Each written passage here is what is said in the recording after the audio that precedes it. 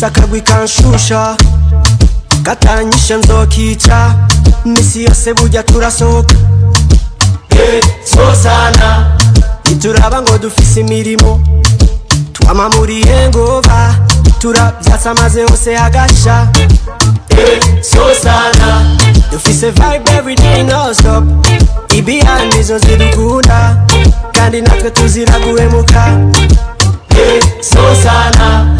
DJ Fernando arangabiye Ferna, uyu ni umu artiste umwe mu ba artiste b'abarundi babikora neza cyane mu gihugu cy'u Burundi. Uyu muhungu niwe wa mbere yatunze indirimbo mu Burundi yakwije ama views menshi, yorokoro arayifise. Muri ico gihe hari hamaze igihe kirekire dramatari wawe yoje inkono y'icuma kuri madamu. DJ Fernando yasohoye Berisima ibanzira gikogota, inyuma yaho asohora Kazimani Nkunda.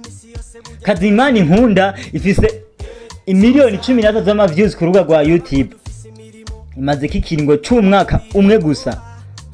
Ati rero bimeze gute? Nkuko mubibona ngaha ni DJ Fernando afise igikorwa cyo gishasha. Iyi ndirimbo muri kumva ngaha muri kubona ngaha kuri screen ni indirimbo agira sohore doshe cyane itandukanye n'izo yahora akora.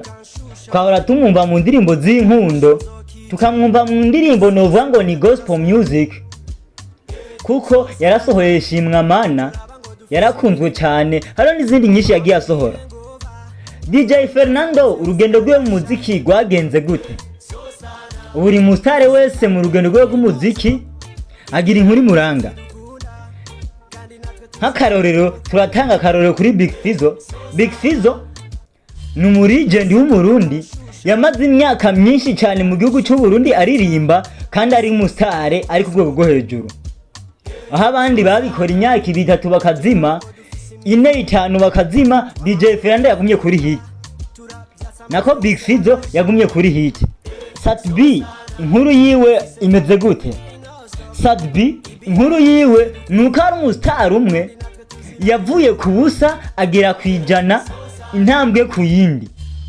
Sat B imyaka irenga 10 ari muziki w'umurundi yagiye progressa na Sat B akoresha ingufu nyinshi ziwe mu muziki, kandi kubera gukoresha ingufu ziwe ibikorwa byiwe biraja habona bikagaragara bikaboneka neza mu makungu ndetse no kwisi yose. Aho karakaroro k'inkuru ndimo ndakubwira buri musare wese arangwa n'inkuru. DJ Fernando inkuru yimeze gute? DJ Fernando ni umuririmbyi, umu artiste w'umuhasra, arakora cyane. DJ Fernando afise impano. DJ Fernando abana neza n'abandi. Tugarutse gatenya kuri ico kintu cyo kubana neza n'abandi, hagize akamuvuruga ni DJ Fernando akihanganira agira akavuga. Nk'akarorero ka ya Melanin Boy. Melanin Boy we na Fernando bahoze muri groupe yitwa We Love Music. Arabasore bafise impano barimba neza cyane, ndetse abenshi bavuga ngo iyo We Love Music iza kugumana ari nka timu abari ku rwego rwo hejuru, kuko indirimbo bakubise zari indirimbo zisara ngo malo malo malo malo, indirimbo za uyu munsi turaborewe turayorewe ahubwo namwe mwiyongere kamwe. Indirimbo bafitanye na Vishu Love ni indirimbo zari ku rwego hejuru gusa, bikavugwa yuko bagiye gutandukana mu nyuma nkuko mwagiye mubibona. Ni saga yamaze igihe kitari gito, bamwe bavuga ngo ni showbiz, abandi tiyamara ibi bintu biri mukuri. Byagiye kurangira tubonye yuko biri seriye. Melanin Boy nta kintu na kimwe yigeze atangaza kuri iyo saga arimo ivuga ico kigihe, ariko DJ Fernando byagiye kumyanka munda adavuga ibintu bimwe byo gushiramwo Melanin Boy. Mvuze gushiramwo ntumve ngo ni kumushira mu kintu runaka, kumufaka. Ibyo byarakozwe igihe kirekire, aho hariho n'abandi bastare baba bishakira udukorebo kuri DJ Fernando kubera afise impano, kandi ari n'umustare umwe muco yakoze ko cyose citwa indirimbo gitezogenda neza.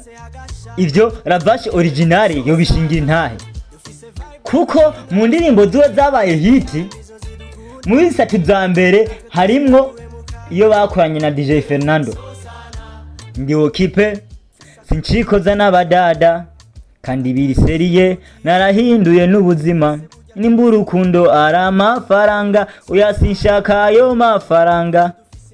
Iyo ni indirimbo ndi okipe yabaye hit cyane DJ Fernando yakoranye. DJ Fernando akora indirimbo yaba mu underground yaba mu artiste akuze yaba mu artiste ku rwego rwo ruringaniye. Iyo ndirimbo itegerezwa kuba hit, atari hit mu gihugu cy'u Burundi gusa, muri East Africa, muri Kenya, mu Rwanda, muri Tanzania, muri Zambia, ahantu hose uzi humva icitwa umurundi iyo ndirimbo itegerezwa kuvuzwayo. Ati rero uwo muntu yinjiye muri ko tubifu gahoro gahoro bwayironderaga hiti ninde? Ni umustar nyene doje kuvugwa La Vache originale ari Alvin Smith, ubu tuvugana mu gihugu ca Kenya. Amakuru yacu zindiye rero no munsi ni indirimbo mubonye ngaha, ni indirimbo agira sohore. Dufashanye gukora subscribe kuri iyi channel yamenya nawe TV Plus 247. Kwijwi mwariko mwumva yari Celeste Umusomyi. Kora subscribe, musharinge, mutere na comment. Mukomeze kugira ibihe byiza, Imana ibahezagire.